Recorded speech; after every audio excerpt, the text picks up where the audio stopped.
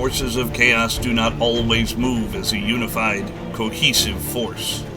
In fact, it is more common to see the followers of one of the more ruinous powers working against the others. So it was that the forces of the Plague Father Nurgle acted alone as they moved through the World's Edge Mountains in the Imperial year 2494.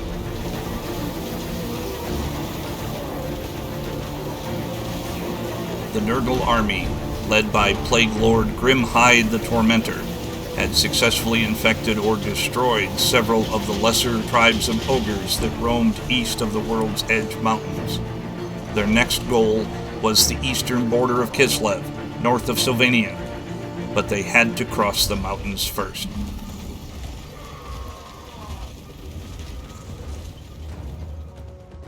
If you want to be the one to bring the apocalypse to the world, make sure to get your own copy of Total War Warhammer 3 through Instant Gaming.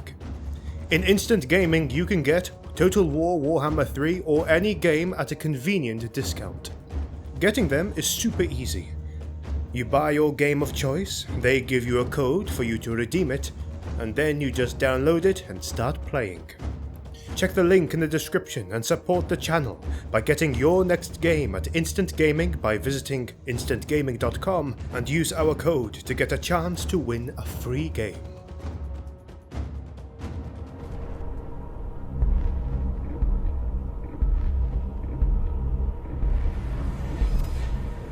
It was the Rangers, those hardy dwarves who ventured far and wide from their homes, who first spotted the putrid forces probing for a pass through the mountains.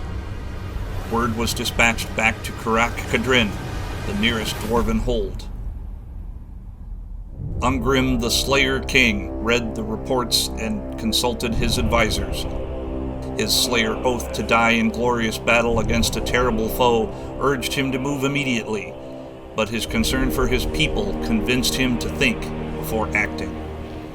It was fortunate for Ungrim and his hastily assembled force that the Nurgle army was stymied in its efforts to find an easy way through the mountains. This gave the dwarves time to use the underway to bypass the enemy army and arrive at the ruins of a small fort known as the Grey Gate. The gate stood partially intact as a guardian to the underway, and Ungrim decided that taking a stand there was better than trying to fight the superior numbers of the Nurgle army on an open field. And so it came to pass that on the 14th day of the month of Brazit in the year 2494 of the imperial calendar, the forces of the Plague Father began their attack. The battle began with a bombardment of the ruins by plague catapults. These corrupted engines of rotted wood and tarnished metal hurled stones wrapped with foul energies, as well as fleshy bags filled with all manner of diseased organs. Many dwarves fell ill, and even some of the slayers succumbed to the terrible infections they were exposed to. However, Ungrim, being wise in the ways of war, had prepared for this. He commanded Master Engineer Nori Strongarm, the head of his artillery group, to counterfire on the Nurgle catapults. All through the first day, the two forces rained deadly missiles down upon each other.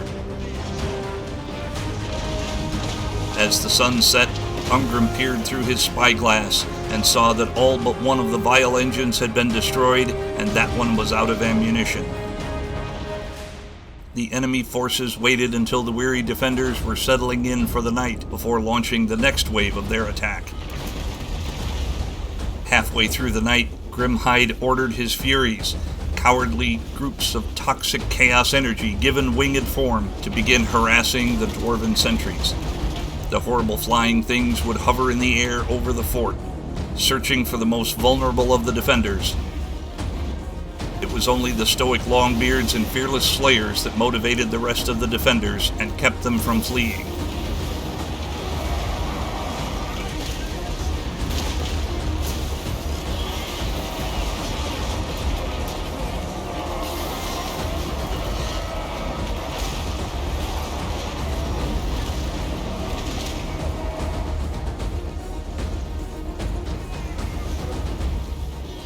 For the next 3 days, the Chaos forces assaulted the ruined walls and gate of the fort. Forsaken of Nurgle, once proud Chaos warriors, now reduced to howling maniacs by the weight of their Chaos gifts, led the charge, only to be repelled time and again. By night, the Furies continued their harassment of the Dwarven defenders. However, the stout Dwarves refused to yield. Despite the gradual decline of Dwarven numbers, the 5th day of the siege proved to be the turning point. Angered at the failure of his army to break the defenders' spirits, Grimhide had mustered up his giants and his one secret weapon, a chaos spawn his troops called Festertop. This horrible, pitiable creature resembled a slug more than anything else, although it stood 4 axes high at the head. Grimhide had kept these larger monstrosities back for fear of having them shot down by the keen-eyed dwarves. Ungrim had cleverly decided to hold back the last of his ammunition from his grudge-thrower catapults, his 2 bolt-throwers, and his missile infantry. The Furies had seen the siege engines without crews, and since they had not been fired since the first day of battle, Grimhide assumed that they were now useless. He had also noted that the missile fire from the Quarrelers and Thunderers had stopped early on the 4th day of fighting. He decided that now was the time to strike. He withheld the harassment of the Furies on the 4th night to save the handful that remained for the final assault on the morrow. As dawn broke on the morning of the 5th day, Ungrim saw that his plan had worked. Grimhide had committed all of his remaining forces. He ordered the Quarrelers to focus on the few remaining Furies when they came into range to keep them away from the artillery. The Thunderers and the artillery would concentrate their fire on the Giants and the Chaos spawn in an effort to bring them down before they reached the Dwarven forces. With a grim smile, he also ordered his 1 unit of Iron Drakes to take position in the center of the line. Despite 4 days of terrible battle with little rest, the dwarves were spoiling for a fight. They stood firm as the Chaos forces approached. They cheered as the first bolts and stones flew forth, striking the tall giants. They cheered again as the remaining Furies who had harassed them so mercilessly night after night were shot down as they approached. Grimhide realized that he'd been mistaken in believing that the dwarves were out of ammunition. Still, the defenders were exhausted, wounded, and weak with sickness. He urged his forces forward and joined in the attack personally. As the Chaos infantry reached the Dwarven line, the Slayers that had been held in reserve struck like thunderbolts. Again and again their axes rose and fell, each stroke bringing the end to another Chaos minion. Ungrim himself challenged Grimhide to single combat, and while the enemy proved to be bolstered by many Chaos gifts, it took less than a dozen strokes of Ungrim's runic weapon, the Axe of Dargo, to bring him down. With the death of their commander, the few remaining Chaos forces fled the field, retreating back towards the east.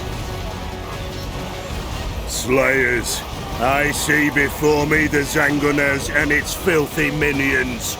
It is time to fulfill your oaths made in Carrick Cadrin. Slay everything that does not draw breath. And if some beast does get pulled back to life, then I relish meeting it in battle. Now we move. Charge for the honor of all Cadrin. Charge for your king. Charge for the Slayer crown. Charge!